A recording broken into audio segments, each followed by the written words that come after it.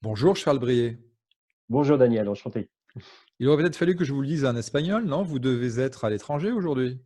Oui, oui, je suis en Espagne. Alors de par le confinement, je suis en plus dans le sud de l'Espagne parce qu'on est parti à la campagne, hein, voilà, à la limite de l'Andalousie.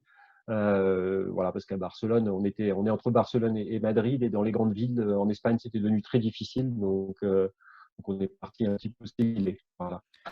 Alors vous êtes, coach, entrepreneur, spécialisé notamment dans la relation client externalisée et ce qui, va être, passionnant à entendre de votre part, c'est votre témoignage puisque vous avez une longueur d'avance en matière de télétravail et de management à distance que subissent, nombre de chefs d'entreprise ou de Mmh. managers.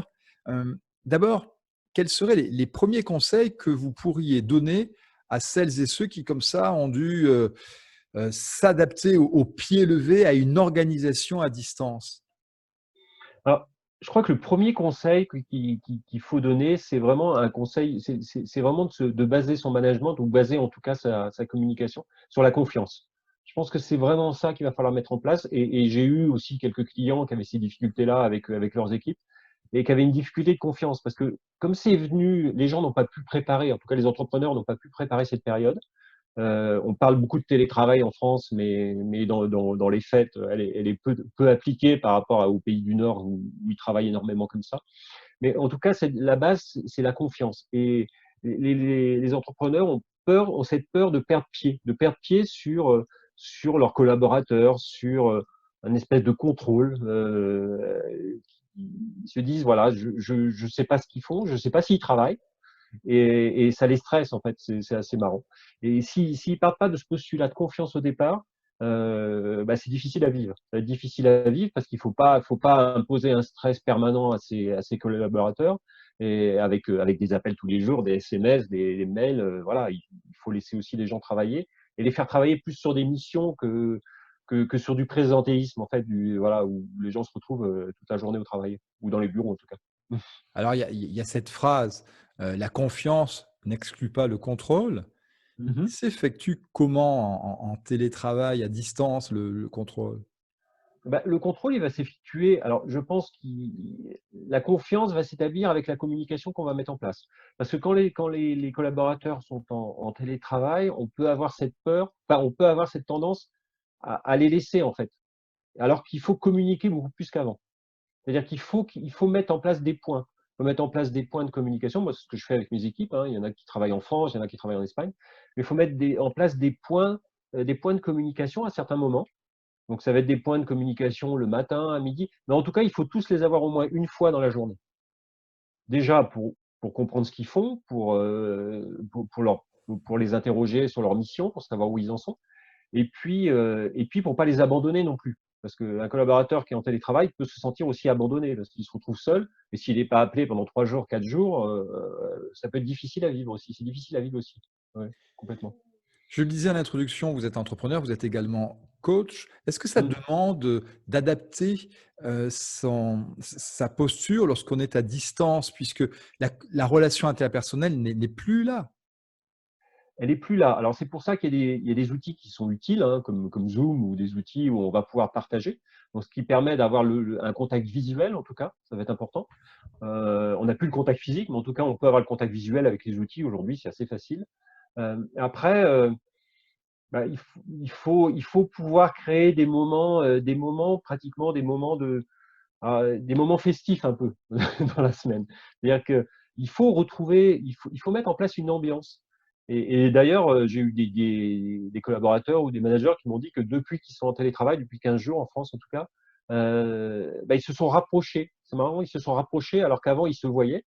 Il y a des collaborateurs, managers ou des collaborateurs entre eux, ils se voient, on se voit dans l'entreprise, à la machine à café, mais on ne se parle pas forcément. Et là, les gens se parlent beaucoup plus qu'avant. Donc c'est marrant, la distance fait qu'on se parle plus qu'avant. Et c'est vrai que cette distance, moi j'ai remarqué, cette distance rapproche les gens quelque part, dans la communication en tout cas.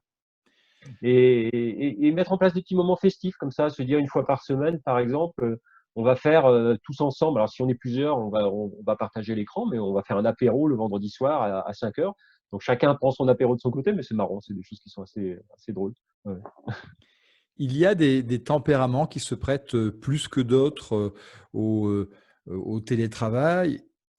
que l'on soit collaborateur ou que l'on soit, manager. La méthode DISC, par exemple, ce que j'utilise au quotidien, donne à voir des profils dont certains se fichent totalement, du lien direct. Ce qui est important, c'est de Mmh. se concentrer sur la tâche et ils ont d'ailleurs des emails extrêmement lapidaires. Et puis il y en a d'autres, on a besoin de liens, de liens, de liens et c'est peut-être pas évident de travailler comme ça sans contact, réel. Ouais, bah, on a les 2 profils. Il y a celui qui va se retrouver seul parce que même s'ils sont en famille, à la maison, ils sont seuls et pour certains, c'est presque une délivrance parce qu'ils peuvent se concentrer sur une tâche, ils ont pas le bruit des collègues à côté et pour d'autres, c'est une vraie angoisse, hein. Pour d'autres, c'est une angoisse de se retrouver seul, de se retrouver sans les collègues, de pas pouvoir parler et ouais, on a vraiment ces 2 profils. Je crois que c'est important et c'est important quand on est coach. Alors je pense que les restaurateurs en parlent beaucoup, hein, où il faut avoir les 2 doigts sur la carotide d'un collaborateur, mais c'est ça en fait, hein. Mais il faut pouvoir garder ses 2 doigts sur la carotide d'un collaborateur et pouvoir parce qu'on le sent et on le sent au téléphone et on peut le sentir avec ses proches, on peut le sentir avec ses collaborateurs. On doit sentir à la voix en fait, à d'autres indices, mais à la voix, on doit sentir s'il va bien ou s'il va pas bien. On retrouve les 3 V universels que vont être, le visuel, que Mmh. vont être, le vocal et ensuite, bien sûr, le verbal, les mots. Complètement, complètement, complètement. On n'a pas le toucher. On n'a pas de physique, mais je pense qu'on peut recréer les choses quand même. Je pense qu'on peut être proche de ses collaborateurs à distance. Enfin, j'en suis sûr même, puisqu'il y arrive, mais on est proche de ses collaborateurs à distance. Le stress, ça se gère, facilement à distance, celui de vos collaborateurs? Non, je dirais que c'est ce qu'il y a de plus difficile à gérer à distance. Ouais, c'est ce qu'il y a de plus difficile parce que en fait, c'est plein de petits signaux. C'est la manière dont on va recevoir un SMS, c'est la manière dont on va recevoir un message par rapport. Alors la PNL, on travaille beaucoup là-dessus en PNL, mais c'est d'avoir pour chaque personnalité, en tout cas, on sait exactement comment il a l'habitude de communiquer quand il va bien et comment il a l'habitude de communiquer quand il va pas bien. Et je pense qu'un manager, il doit pas se dire, oui, je remarque des choses, mais j'ai pas le temps. Si on remarque des choses, il faut y aller. Il faut y aller. Et l'important aussi, alors c'est difficile, on est en période de confinement, donc on n'est pas sur des périodes de télétravail classiques. Donc, ce qui veut dire que le manager, il peut pas faire de réunion ou se déplacer auprès de ses collaborateurs. Parce que de temps en temps, c'est quand même bien de temps en temps d'aller les rencontrer, de refaire, de refaire une réunion d'équipe, quoi. Ça va être important. Aujourd'hui, on est séparés de ça. Donc, voilà. Dans le temps, on va voir comment ça évolue dans le temps. Ça va être compliqué quand même. Ça va être compliqué. Reste qu'une journée, c'est pas de travail à distance, uniquement via une, caméra. Il y a des Mmh. mails, Mmh. il y a à rédiger. Comment le manager, qui pouvait être éventuellement dans un open space quand c'est un manager de proximité, comment lui, il gère sa journée? Quelles recommandations vous nous feriez pour réinventer ce Mmh. principe, mais à distance de management? Je crois qu'un manager, il doit mettre en place des rituels. Je pense que, comme dans une vie de manager, il doit avoir des rituels. C'est important. Il doit avoir une organisation parce que je m'aperçois avec des managers où les managers qui ont des difficultés, souvent, c'est des difficultés d'organisation et d'organisation dans le temps, de gestion du temps. Et s'ils mettent pas en place une organisation sur un agenda ou sur une organisation par priorité, ils sont perdus. Ils sont perdus et surtout sur les managers qui sont un peu producteurs, ils font pas de management en fait parce qu'ils ont plus le temps d'en faire. Donc, on va retrouver la même chose. En fait, c'est mettre en place des rituels, euh, mettre en place des rituels et avec une organisation qui va être pratiquement militaire. C'est de se dire, le matin, on arrive sur son poste de travail, on arrive sur son poste de travail comme si on venait à l'entreprise. Donc, il faut vraiment qu'il y ait une heure précise, il faut vraiment se lever à une heure précise.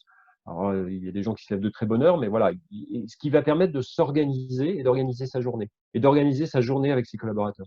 Donc, c'est de mettre en place des points de contact, c'est de mettre en place des échanges de mails, c'est de leur demander aussi aux équipes d'avoir des reportings, parce que là, il y a une nécessité de reporting beaucoup plus important que quand on est en face à face ou dans un même bureau. Ça, c'est clair. Il est là ce fameux contrôle. Bah, c'est ça, c'est le reporting que les collaborateurs vont pouvoir remonter sur les missions qu'on va leur donner, parce qu'on va plus travailler en mission que sur du présentéisme toute la journée, mais ça va être ça en fait. Et on va leur demander de faire des points sur les missions, des points d'avancée sur une mission, comme si on était en mode projet en fait. Hein. On se met un peu en mode projet avec les collaborateurs et on va avoir des points d'avancée. Et à un certain moment, on va leur demander de nous faire des reportings, mais ça peut être des reportings très simples, hein, ça peut même être du WhatsApp, hein, ça peut être très très simple sur l'avancée. C'est là où il faut utiliser les outils qui sont à notre disposition. J'y reviens, Charles. Nous avons des tempéraments différents. Certains de vos collaborateurs ont peut-être une tendance à vouloir être extrêmement complet dans un mail Mhm. et d'autres sibyllins droit au but. Est-ce que vous donnez des consignes à l'ensemble de vos équipes pour avoir un travail à distance par écrit efficace? Oui, enfin, après, je les laisse quand même, moi, je les laisse exprimer comme ils le souhaitent. Certains ont besoin d'écrire plus, ont besoin de parler plus. Je pense qu'à distance, il faut laisser chaque personnalité s'exprimer, en tout cas. C'est toujours difficile d'aller contre une personnalité. Quelqu'un qui va être très précis et qui va vous faire trois lignes dans un mail, voilà, c'est concis, vous avez ce qu'il vous faut. Ça va être difficile de lui dire de vous faire du contenu. Même si on peut essayer de le faire progresser, mais ça va être difficile. Et puis la personne qui a besoin vraiment de s'exprimer, qui a vraiment besoin de communiquer, ça va être difficile de lui dire, voilà, fais-moi un résumé en 3 lignes. Il va pas se sentir bien. Donc moi, je m'adapte. En fait, je pense qu'un manager, ça doit être quelqu'un qui s'adapte. Et on doit être en adaptation permanente. Avec, C'est pas, ouais, pardon, souvent c'est ça la problématique, c'est que le manager, il a sa personnalité et il voudrait que tous les autres soient comme lui. C'est-à-dire qu'il ait la même personnalité et fonctionne de la même façon. Et ça fonctionne pas comme ça, en fait. Les autres fonctionnent pas comme lui. Donc il faut accepter la différence, il faut accepter les personnalités différentes et il doit s'adapter à chaque personnalité. je suppose que, comme tout entrepreneur, vous êtes parfois en phase de recrutement. Mmh. Il y a des profils que vous recherchez, plus particuliers puisque vous êtes, dans ce mode de télétravail au quotidien? Ouais, je recherche quand même des profils qui sont des profils qui ont un caractère quand même assez indépendant. La personne qui va me dire qui a besoin d'une équipe toute la journée, ça va être compliqué. Ça va être compliqué. Oui, je recherche ces profils qui sont capables de travailler de manière indépendante. Et puis après, moi, c'est surtout sur l'envie, en fait, hein, c'est toujours ça, hein. Est-ce qu'on a envie de participer à l'aventure? Est-ce qu'on a envie? Est-ce qu'on est motivé dès le départ? Voilà. Et après, c'est ça que je vais rechercher, en fait. Après, les compétences, c'est pas très très grave. Ça s'acquiert. Mais en fait, ça va être surtout le savoir-être de la personne. Est-ce que ça va coller aux valeurs de l'entreprise, aux valeurs qu'on partage? Et puis, est-ce qu'on a envie surtout, quoi, de participer? Et un dernier conseil pour, les entreprises qui nous écoutent et qui se disent, «On va non pas recruter un collaborateur, mais un manager dédié justement à ces situations de travail à distance». Vos recommandations, le portrait robot idéal? Contre un robot, il faut que ce soit un manager. Alors, ce que je disais tout à l'heure, hein, qui ait une forte dose de communication, heu, capable de travailler à distance sans avoir de relation, capable de travailler tout seul dans son bureau. Donc ça va être ou chez lui, hein, voilà, ça va être il faut quelqu'un qui soit indépendant, en tout cas. Indépendant et qui est psychologiquement stable parce que c'est pas simple d'être à distance et ouais, je pense qu'une stabilité, psychologique, ça va être important. Que ça va être important, ouais. À distance, ça révèle encore plus les tempéraments. Ça révèle encore plus les tempéraments. Merci Charles Brier de nous avoir, Merci, merci. partagé votre expérience. Avec plaisir. Et je Merci. rappelle qu'on peut également vous retrouver ailleurs, sur internet puisque vous êtes également un grand podcasteur et voyageur devant l'éternel. Merci. Oui, tout à fait. Merci.